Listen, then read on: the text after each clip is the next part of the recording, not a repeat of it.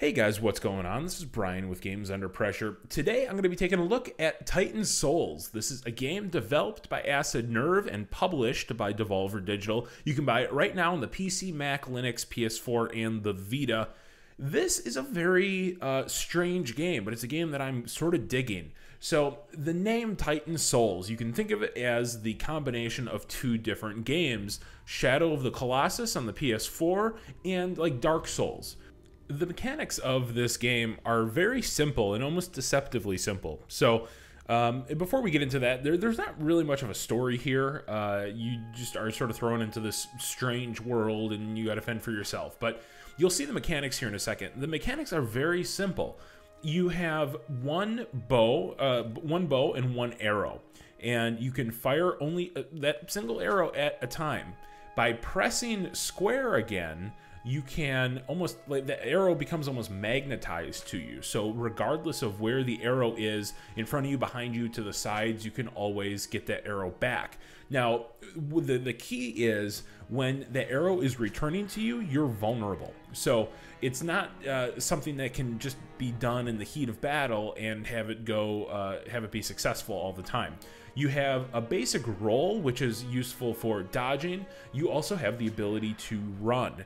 And you're going to need everything at your disposal because this is a one-hit kill game. If you get hit by any attack, you're dead. You have to restart from a checkpoint and do it all over. Now, you'll see that there are various rooms, and I'm going to show you the first area, the first 4 boss battles here. The game is very similar to Shadow of the Colossus in its format, in its layout. Basically, you have a large area, and then you have a number of bosses.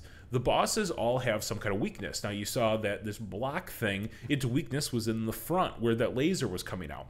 If you shoot it with one arrow, the bosses, it's almost a one-hit kill for the bosses as well. So it's a little bit fair in that regard. If they hit you, you're dead. If you hit them, they're dead.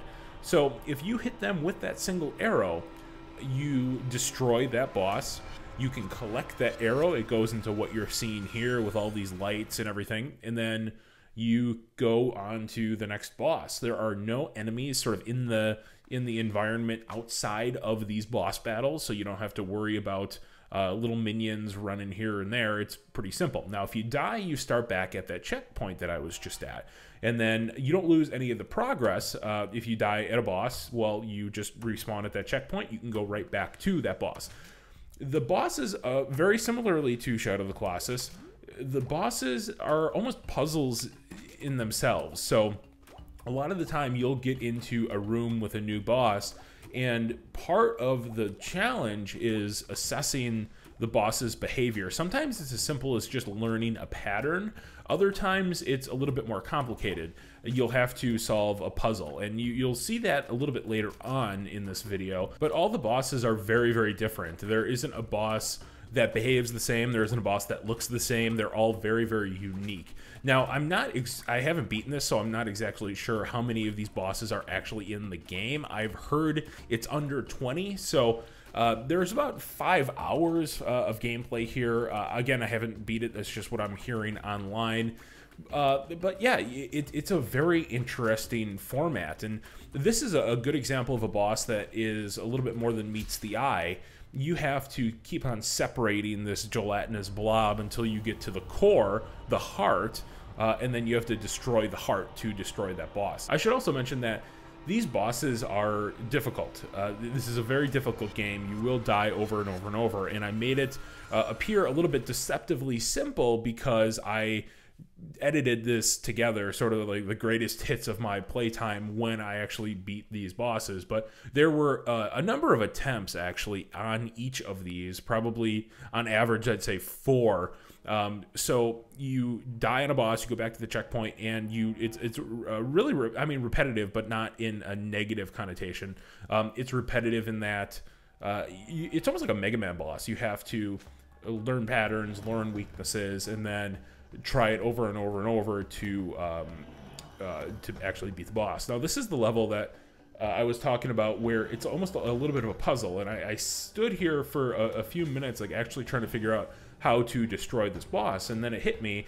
Well, when the boss triggers the flame in the middle by hitting those switches on all 4 sides that that triggers the flame, and you can shoot through that flame with your arrow to actually take this boss out. So it's sort of, I mean, it's really sort of interesting. Each boss is not only a challenge from a mechanical standpoint, but it's a challenge from a puzzle standpoint, intellectual standpoint. So overall, it's sort of a neat concept.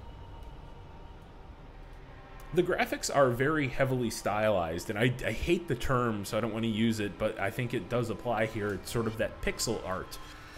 It's very sort of like large and monolithic and simple looking, but it has a very quiet sort of beauty, and the graphics allow some very impressive scope, so you can see just how tiny you are in relation to the rest of the level. It's actually pretty impressive. After this section, I'm not going to show it because, you know, I'm already through probably like 1/4 of the game in this video, but after this level, you get to a much larger area that is nowhere near as linear as this. So a lot of it is wandering around, solving puzzles actually in the environment, lighting things like torches, and there's a lot of good variety in the section after this. So you'll see a big area with like glaciers and ice all over the place, and then there's another area with these giant waterfalls and lava, and there's a lot of really cool variety, but part of it is just exploring these environments on your way to these bosses. Very similar to Shadow of the Colossus. So overall, I'm liking this game. I'll be curious to see just how long it takes to get through. I'll be curious to see some of the other bosses, because I do like what's here. Hopefully it's a little bit more than a 5-hour game, because 5 hours, it seems a little light for something like this. But overall, I'm having a lot of fun with it. I'd recommend it, at least at this point. So if you like this video, I would really appreciate a thumbs up. You leave a comment below if you're liking this. And as always, please subscribe. Thanks for watching.